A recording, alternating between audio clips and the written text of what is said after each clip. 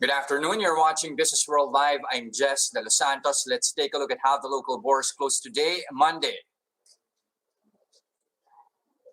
The index recovering big time on the first trading day of February after its worst shedding since August. Local shares recoup losses here, rebounding by 3.5% to 6,814.76 rather. So it's reviving sentiment here, while manufacturing output finally reversing track after 3 months of contraction that expanded to its highest level in 2 years to 52.5 in January versus just 49.2 in December. Lex Azurin of AP Capital says, apart from taking advantage of lower valuations, investors take the better manufacturing data as an encouraging sign that economic activity has been accelerating month on month. But he cautions it's still too early to tell if the economy really is back on track and if recovery will be intact this year. Just a few hours ago, you have a socioeconomic planning secretary, Carl Kendrick Chua, speaking before a palace briefing, that they're maintaining their growth projection for 2021 at 6.5 to 7.5%, already factoring in a slow start to recovery this year. Say, strong comeback is about to happen in the second quarter. This as a vaccine rollout starts. Hundreds of thousands of doses, both from Pfizer and AstraZeneca, already expected to arrive as early as February. Chua not discounting the possibility of easing restrictions by next month. Add to that, you have Secretary Mon Lopez of the Trade Department saying last week that looser restrictions may be possible in the first quarter. That bit of news sending consumer stocks here rising. You have some of our best performers here, starting up with SM Prime. In fact, the country's largest small operator, seeing a 6.4% surge to 37 pesos and 55 centavos a piece, eclipsing its gains. Though you have Pure Gold climbing by as much as 6.7% to 38 pesos and 40 centavos a share. The day's biggest gainer, though, PLDT, the telco giant, adding 7%, now priced at 1,046. That is its biggest climb since March of last year. Power players likewise on the rise. Meralco advanced 6.1% to 276.80, and the Boitis Power also jumping 4.2% to 25 pesos a piece. This is demand for electricity is expected to get a bit of a boost here after the higher manufacturing output for the month of January. But one other development here, we have President Duterte finally signing a 60-day price cap on pork and poultry. And guess which stock is rising on the back of that news? Well, it's the house that fried chicken built. You have investors taking a bite of Max's today as it makes a 3.8% run. Other than pork, you have Executive Order 124 putting a price ceiling on dressed chicken at 160 pesos per kilo. That will be effective for 60 days. Max is now priced at 6 pesos and 49 centavos a share.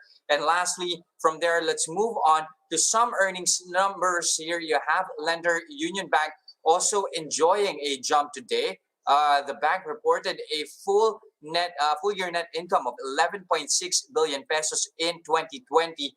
This despite credit reserves ballooning to 7 billion pesos more in 2019. Revenues also landing at an all-time high of 42.1 billion pesos. This is net interest income surged by 29%.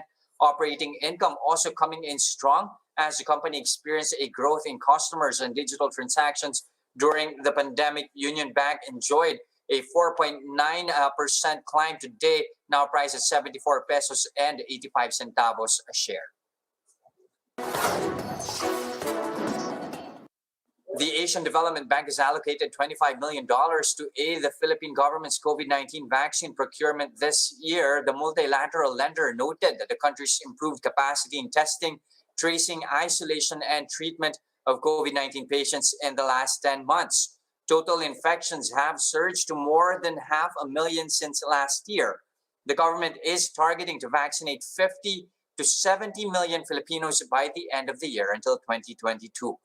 ADB President Masatsugu Asakawa says they stand ready to aid the Philippine economy back to pre-pandemic growth. Economic managers say this won't likely take place until mid-2022.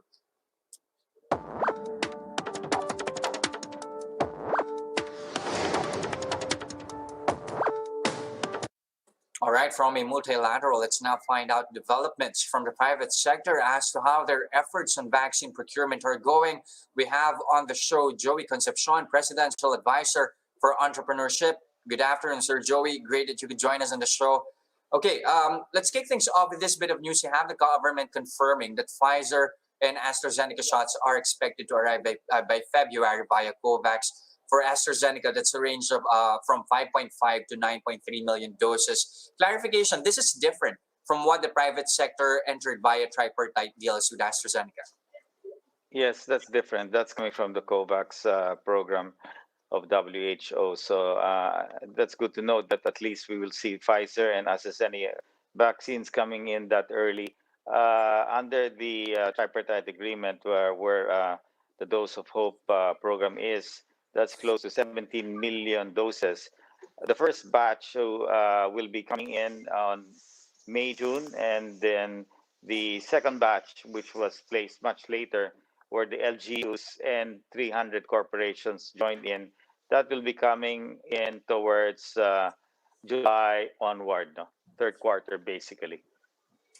Sir, how do you differentiate the shots, at least the catered audience or the catered sector of the shots that will arrive via the COVAX facility and the ones that you purchase via the tripartite agreement?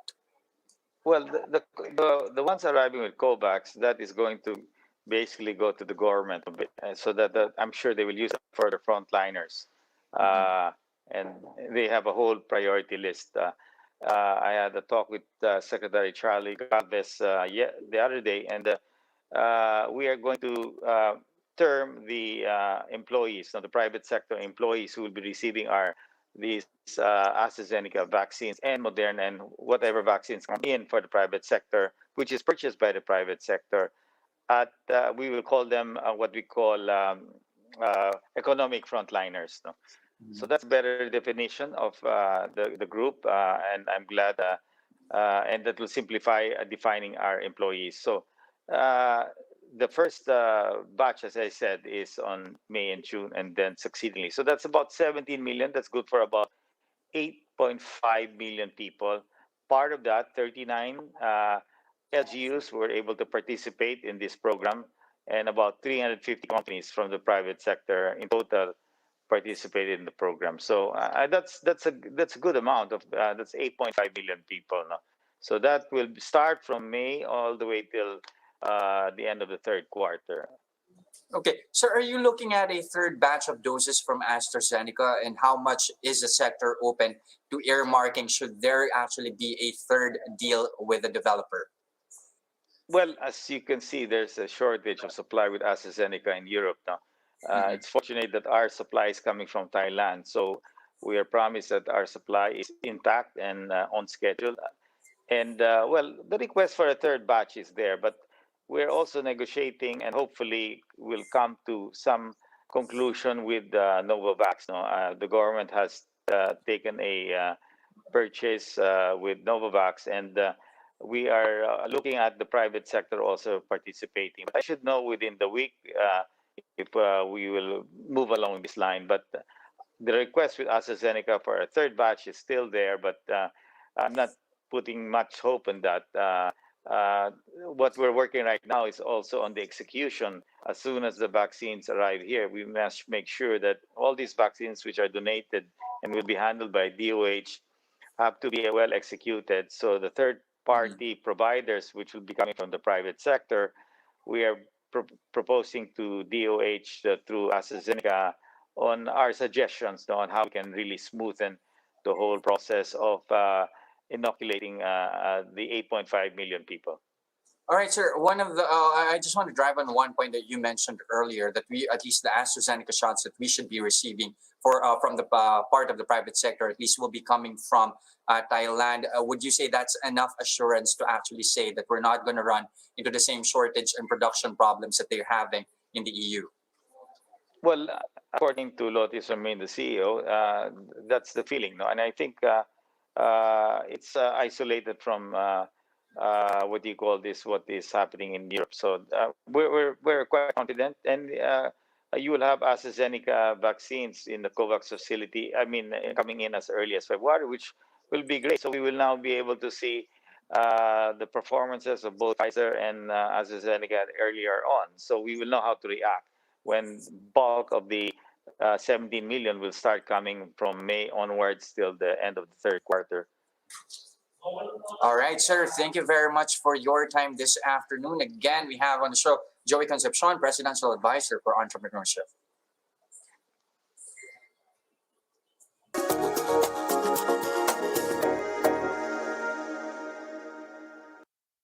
Now, here are other stories from the corporate front. Globe expects demand for mobile data to surge after vaccinations. Globe President Ernest Cu says the company saw an increase in mobile data use after the government began easing restrictions, which led to an increased activity in malls, business reopening, and workers slowly returning to offices. Cu said that while people discovered the convenience and higher efficiency of doing things online, people missed in-store experience. Hence, consumers will likely depend on mobile data again after the COVID-19 vaccines have been rolled out. Globe has set a capex of 70 billion pesos for 2021, and Cu says the company will implement aggressive rollouts of new cell sites and fiber to homes. Globe starting the trading week on a strong note, closing 4% higher to 2,020 pesos per share. Now, the Philippines remains a starter when it comes to digital transformation. That's according to a 2020 global report by Huawei. The Chinese tech firm's latest global connectivity index shows the Philippines ranking 59th out of 79 countries in terms of information and communication technology products and services, as well as development of a digital economy. The country's ranking was unchanged, although its index score of 38 is 1 point higher than that of its 2019 grade. In Southeast Asia, only the Philippines and Indonesia were deemed starters. Other ASEAN neighbors such as Malaysia, Thailand, and Vietnam were considered adopters. Only Singapore made it to the index's front-runner list with a score of 81, coming below the United States. Former DICT Undersecretary Eliseo Rio blames the lack of telecommunication infrastructure for the country's poor performance. And those are the biggest news this trading day, February 1, 2021. Catch Business World Live again tomorrow at 9:30 a.m. for the market open and 3:15 p.m. for the market close. I'm Jess De Los Santos. We are One News.